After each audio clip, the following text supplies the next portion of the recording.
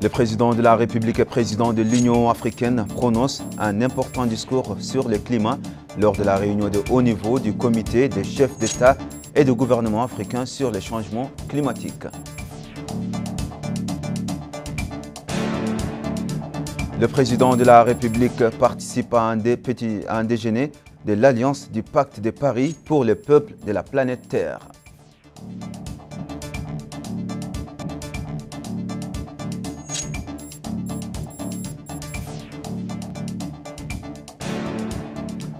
Le ministre de l'Autonomisation des Jeunes supervise le lancement de la composante service civique.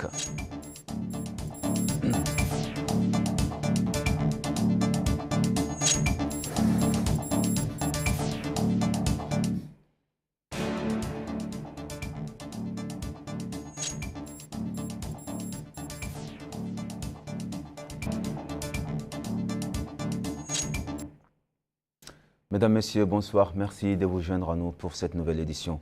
Son Excellence le Président de la République et Président de l'Union africaine, Mohamed Ould-Cheikh El Ghazouani, a participé hier matin en marge de la 79e session ordinaire de l'Assemblée générale des Nations unies à New York à une réunion de haut niveau du comité des chefs d'État et de gouvernement africains sur les changements climatiques, présidé par Son Excellence le Président William Ruto du Kenya. Le président, Son Excellence le Président de la République, au cours de cette réunion, Mohamed Ould-Cheikh El Ghazouani a prononcé un important discours dans lequel il a exprimé son appréciation des efforts déployés par son frère, le président du Kenya, président du comité, et son engagement à œuvrer pour le rapprochement des pays africains sur un sujet aussi important que le changement climatique.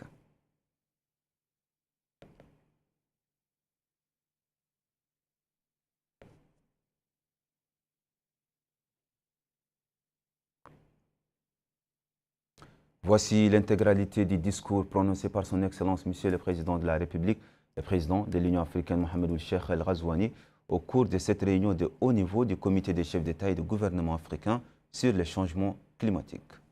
Permettez-moi tout d'abord d'exprimer mes sincères salutations ainsi qu'à la gratitude de mon pays pour l'initiative audacieuse de mon cher frère et ami, le Président de la République du Kenya, Dr William Ruto.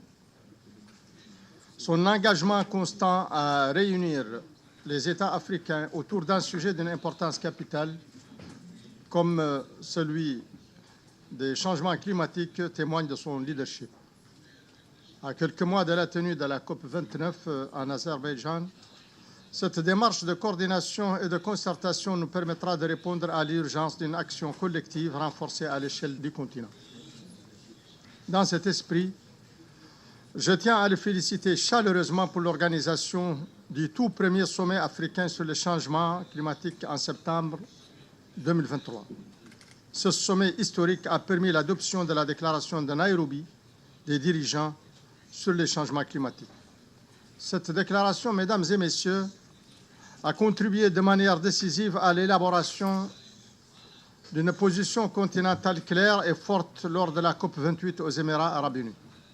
Grâce à cette unité et à cette vision commune, l'Afrique a pu faire entendre sa voix dans l'arène internationale. Le rôle qui incombe à notre comité et que nous acceptons avec responsabilité est d'être le fer de lance de cette position africaine commune. Nous nous engageons à défendre nos intérêts et à veiller à ce que notre continent parle d'une seule voix dans les négociations internationales sur les changements climatiques. Notre action collective est notre force. Et cette unité est plus que jamais nécessaire dans les mois à venir, alors que nous nous préparons à la COP29. Un des jeux majeurs de ces négociations sera la définition d'un nouvel objectif collectif quantifié qui viendra remplacer l'objectif des 100 milliards de dollars à l'horizon 2030. Cet objectif crucial pour le financement des mesures d'atténuation et d'adaptation exige une coordination étroite entre nos États. Il est impératif que l'Afrique, en tant que continent le plus vulnérable face aux conséquences du changement climatique, prenne toute sa part dans les discussions et obtienne des garanties pour un soutien financier durable et prévisible. Dans cette dynamique, permettez-moi également de souligner que la Mauritanie est fermement décidée à jouer un rôle de premier plan sur la scène internationale en matière d'économie verte, notamment dans le domaine de l'hydrogène vert. Nous sommes engagés à mettre au service du continent et de l'économie mondiale notre potentiel immense en énergie renouvelable. Notre littoral de plus de 750 km, longé par des vents quasi continus de plus de 9 mètres par seconde, offre une opportunité unique pour l'implantation de vastes parcs éoliens. De même, notre territoire bénéficie d'un ensoleillement exceptionnel estimé entre 2000 et 2300 kWh par mètre carré par an. Ces ressources feront de la Mauritanie, et par ricochet de l'Afrique, un acteur incontournable dans la transition vers une économie bas carbone et dans la production d'hydrogène vert. Nos efforts, conjugués avec ceux de nos frères du continent, nous permettront, j'en suis persuadé, de contribuer de manière décisive à la réduction des émissions de gaz à effet de serre à l'échelle mondiale. Alors que nous avançons ensemble vers un avenir incertain mais porteur d'espoir, il est essentiel que l'Afrique continue de se tenir unie, résolue et ambitieuse. Le moment est venu de transformer nos ressources, nos opportunités et notre potentiel en actions concrètes pour le bénéfice de nos peuples et des générations futures. Je vous remercie. En marge de la 79e session ordinaire de l'Assemblée générale des Nations unies à New York, son Excellence le Président de la République Mohamed Ould-Cheikh El-Ghazouani, président de l'Union africaine, a participé à l'invitation de son homologue français, le président Emmanuel Macron, à un déjeuner de travail organisé par l'Alliance du Pacte de Paris pour le peuple et la planète Terre. Outre son Excellence, plusieurs chefs d'État et de gouvernement, ainsi que l'ancien président sénégalais Macky Sall, qui exerce les fonctions d'envoyé spécial du pacte, ont participé à ce déjeuner. La réunion a été consacrée à l'examen des principales priorités de la charte pour l'année à venir, aux meilleurs moyens de maximiser l'impact et les synergies entre les initiatives complémentaires et à la manière de guider les leaderships politiques pour atteindre les principaux objectifs, y compris la présentation des solutions qui répondent à l'ambition et aux attentes des citoyens du monde entier. Lancement officiel de la composante service civique dans le cadre de la nouvelle approche adoptée par le ministère de l'autonomisation des jeunes, de l'emploi, des sports, de la fonction publique, et c'est à travers la mobilisation des 500 volontaires du service civique. La cérémonie s'est déroulée en présence du ministre de la formation professionnelle, de l'artisanat, Mohamed Melainen Ould-Eye, de l'intérieur et de la décentralisation et du développement local, Mohamed Ahmed Ould Mohamed Lemine. Bokar Baïlaba. La ville de Nouakchott a une grande ambition, devenir encore une ville moderne, loin de l'image d'une ville marquée par l'occupation des places publiques, des rues principales et des couloirs à l'intérieur des marchés, empêchant la fluidité de la circulation. D'ailleurs, c'est tout le sens du lancement officiel de la composante service civique à travers la mobilisation de 500 volontaires. Concrètement, ce groupe de jeunes mènera une série d'activités de volontariat dans le cadre de l'approche Nouakchott est une ville moderne. Et à cette occasion, le ministre de l'autonomisation de la jeunesse, de l'emploi, du sport et du service civique, Mohamed Abdoulaye Louli, a prononcé une allocution dans laquelle il a déclaré que le département a développé une approche intégrée pour l'autonomisation de la jeunesse, conformément à la vision du président de la République, M. Mohamed Ould-Cheikh El-Ghazouani, soulignant que cette approche s'articule autour de plusieurs axes principaux, à savoir l'éducation et la formation, la santé et la participation économique, l'accès aux ressources, la participation politique et la fonction publique, l'autodéveloppement et l'intégration sociale. Et il a indiqué que le département attend beaucoup de l'opération pour mettre en place un service civique efficace qui lutte contre les mentalités et les comportements qui entravent le développement, jouant le rôle d'un incubateur pour la jeunesse à travers la formation et l'encadrement.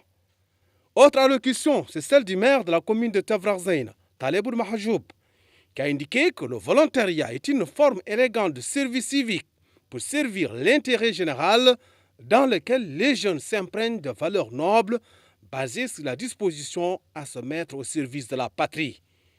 Aussitôt lancé, aussitôt en action, en collaboration avec les 9 communes de Nouakchott.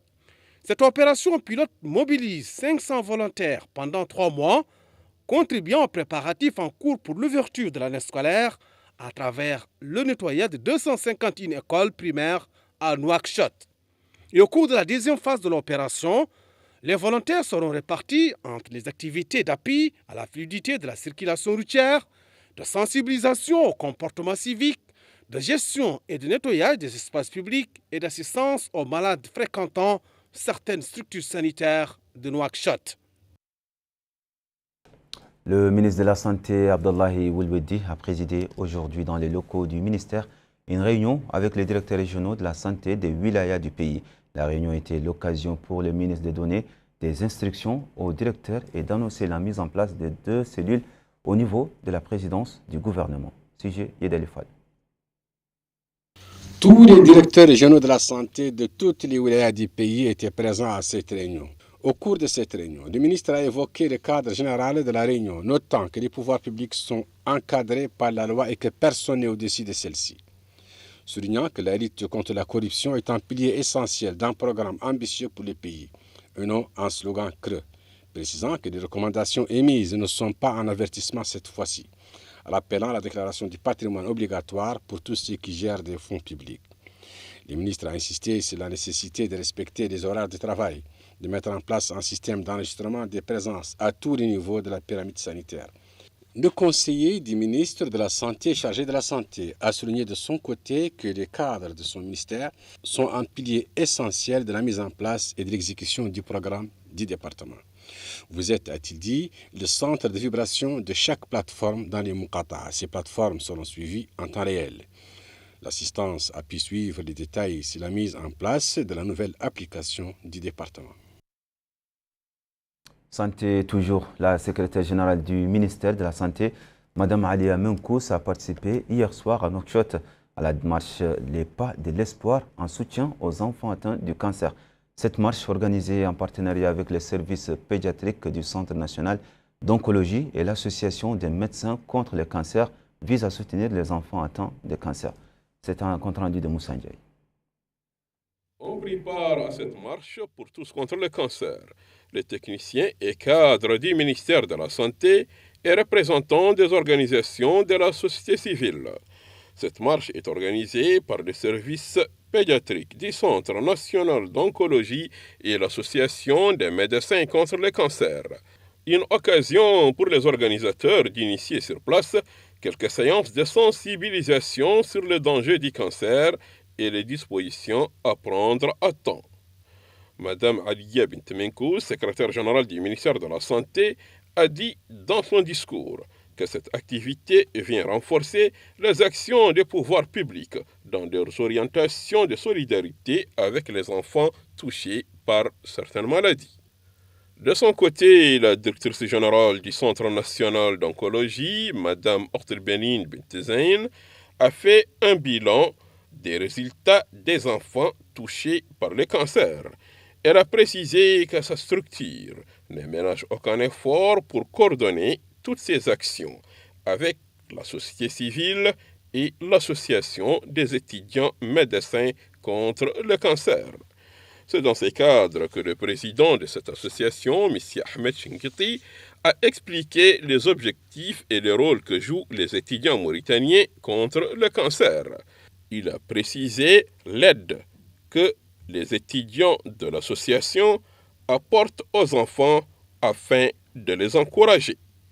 En marge de cette activité, ce jeune a présenté un exposé pour expliquer les différentes étapes qu'il a connues durant ses consultations médicales. La Mauritanie, à l'instar des autres pays du monde, a commémoré ce jeudi à Nouakchott la journée internationale de l'espacement des naissances sous le thème Liberté de planification et capacité de choix. Cette journée, organisée par le ministère de la Santé en collaboration avec le Fonds des Nations Unies pour la population, vise à sensibiliser à l'importance de la planification familiale pour améliorer la santé de la mère et de l'enfant et à promouvoir le droit d'accès à la contraception et à l'espacement des naissances de manière saine et appropriée. Bokar Bailaba. L'objectif de la journée est de sensibiliser sur l'importance de la planification familiale pour améliorer la santé de la mère et de l'enfant et promouvoir les droits d'accès à la contraception et l'espacement des naissances de manière saine et appropriée. L'occasion pour le responsable au ministère de la Santé, Abdullahi Wahhabib, de souligner la grande importance que le département accorde à la santé maternelle, infantile et néonatale, qui constitue l'un des piliers les plus importants de la santé et le premier axe de l'actuel plan national de développement du ministère de la Santé 2021-2030. Et il a passé en revue certains indicateurs positifs liés au taux de mortalité maternelle, appelant tout le monde à unir les efforts à cet égard. Et il a expliqué l'importance de l'espacement des naissances dans la réduction du taux de mortalité maternelle. Pour le Fonds des Nations Unies pour la population, l'espacement des naissances favorise la santé des femmes et des filles et contribue à la santé de leur famille et de la société dans son ensemble. En Mauritanie, le pays a certes fait beaucoup d'avancées dans ce domaine. Cependant, il y a également quelques défis qui sont très importants et auxquels nous devons faire face dans les années à venir. Selon les récentes enquêtes, la Mauritanie fait face à un ratio de mortalité maternelle qui est de 424 décès pour 100 000 naissances vivantes et un taux de prévalence contraceptive de 14,8% et des besoins non satisfaits en matière d'espacement de naissance de 31% et 24% des structures de santé offrent moins de 3 méthodes contraceptives, ce qui signifie qu'il y a beaucoup de marge également à suivre dans ce domaine-là. Pourtant, il est bel et bien établi que la planification familiale ou l'espacement des naissances peut réduire de 30% la mortalité maternelle. Je dis bien 30%, soit un tiers.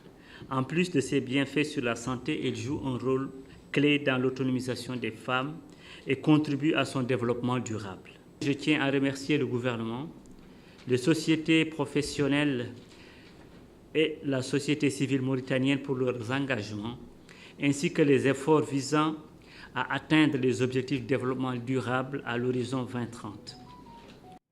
L'assistance a eu droit à des exposés sur l'éventail d'options contraceptives aux populations afin de leur permettre de prendre des décisions éclairées qui correspondent à leurs aspirations et de valoriser et promouvoir les interventions de planification familiale auprès des femmes en âge de procréer. Les réseaux de communication administrative du ministère de l'Intérieur et de la promotion de la décentralisation et du développement local a rapporté que les pluviomètres ont enregistré au cours des dernières 24 heures les quantités de pluie tombées sur différentes zones du pays. Le ministère de l'Environnement et du Développement durable, à travers la direction de la planification, de la coordination du suivi des programmes et des statistiques, a organisé ce matin à Nouakchott un atelier d'actualisation et de validation des données du système d'information environnementale. Cet atelier s'inscrit dans le cadre du projet régional d'harmonisation et d'amélioration des statistiques en Afrique de l'Ouest et du Centre. Maïmouna Lo. Opérationnaliser le SI, système d'information environnementale, en garantissant une mise à jour régulière des données et informant les agents à l'utilisation des données du système. Tel est l'objectif principal de cet atelier d'actualisation et de validation des données sur le SI. À cette occasion, le secrétaire général par intérim du ministère de l'Environnement et du Développement durable, Mohamed Abdallahi Ould Selma, a indiqué que la tenue de cet atelier est une occasion propice pour apprécier les efforts déployés par le département pour renforcer la base de données environnementales, qui constitue un élément clé pour la construction d'une stratégie dont la force et la clarté de vision reposent sur des données précises, permettant un travail fructueux. Quant à Mohamed Lemine Mohamed Salim Bouvere, directeur de la planification, de la coordination, du suivi de programmes et des statistiques, a souligné l'importance de cet atelier, indiquant que la réflexion sur le système d'information environnementale a débuté avec le soutien des partenaires du secteur, en se basant sur plusieurs expériences dans la région. Il a ajouté que le projet a été évalué, étudié et relancé avec les partenaires et la société civile pour former un socle solide à la stratégie du ministère et aujourd'hui, il œuvre à améliorer la performance du système d'information environnementale, car les défis environnementaux actuels nécessitent l'inclusion de tous les indicateurs environnementaux dans le système. Cet atelier de 2 jours s'inscrit dans le cadre du projet régional d'harmonisation et d'amélioration des statistiques en Afrique de l'Ouest et du Centre, ISWACA SOP 1, et il est financé par la Banque mondiale. Clôture aujourd'hui à Nouakchott des travaux de l'atelier de lancement du projet de lutte contre la pêche illicite en Mauritanie et dans les pays riverains du Golfe de Guinée, mise en œuvre en coopération entre l'ONG Mauritanie 2000, le Centre de droit et de sécurité maritime en Afrique, le Centre de gestion côtière et l'Université de Cap Coast, financé par les États-Unis d'Amérique. Moussa Ndiaye. Cette activité est la 3e et la dernière rencontre des ateliers qu'organise le département chargé des infrastructures maritimes et portières dans le cadre du renforcement de la transparence, de la responsabilité et des capacités locales par le projet de la lutte contre la pêche illégale en Mauritanie et dans les pays riverains du Golfe de Guinée. Madame Fatimetou Bint Habib, membre du conseil parlementaire chargé du dossier de la pêche, a dit que cette série d'ateliers est importante pour le secteur de pêche, notamment dans le domaine économique et social. Aussi, précise-t-elle, importante dans la stratégie de développement du pays que le président de la République, son Excellence, M. Mohamed Ould Cheikh Al Ghazouani, ne cesse d'accorder au secteur. Le coordonnateur du projet, M. Kamal Eddine, a déclaré que parmi les priorités du projet de lutte contre la pêche illicite en Mauritanie et dans le Golfe de Guinée, renforcer les capacités des cadres tout en attirant l'attention des décideurs sur l'importance de décisions à prendre. Il a à cette occasion fait le bilan des résultats des 3 ateliers déjà organisés. M. Kamal Eddine a souligné que les recommandations de toutes ces 3 rencontres seront prises en considération et seront présentées aux autorités supérieures de tous les pays concernés pour exécution. Dans les recommandations attendues, on peut souligner la nécessité de contribuer à la promotion de l'industrie nationale et régionale de la pêche en renforçant les moyens de contrôle pour mieux lutter contre la pêche illicite en Mauritanie et dans le Golfe de Guinée.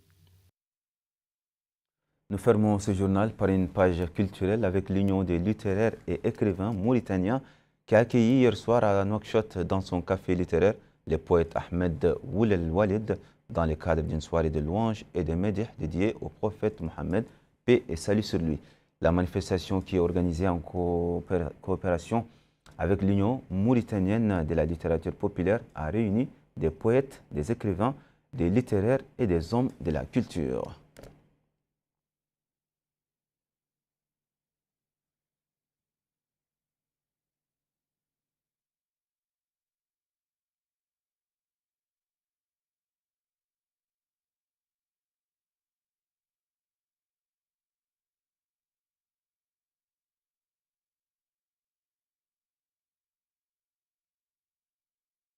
C'est déjà la fin de cette édition. À présent, le rappel des principaux titres. Le président de la République et président de l'Union africaine prononce un important discours sur le climat lors de la réunion de haut niveau du comité des chefs d'État et de gouvernement africains sur le changement climatique.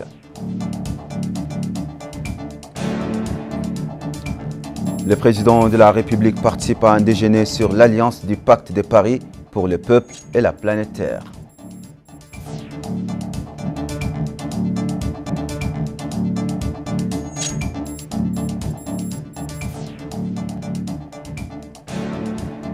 Le ministre de l'Autonomisation des Jeunes supervise le lancement de la composante service civique.